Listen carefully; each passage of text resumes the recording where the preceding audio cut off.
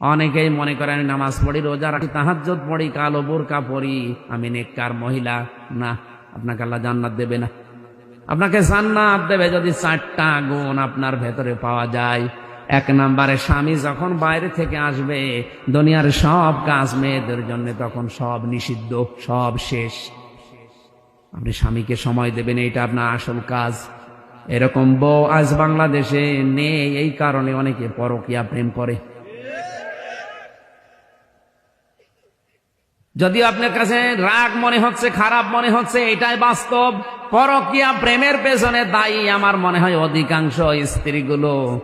যদি একটু রেসপন্স করে, সময় দেয় নবীর এই হাদিসের দিকে তাকিয়ে, নবী বলেন যখন স্বামী আসবে দুনিয়ার সব কাজ ওই মহিলার জন্য স্থগিত।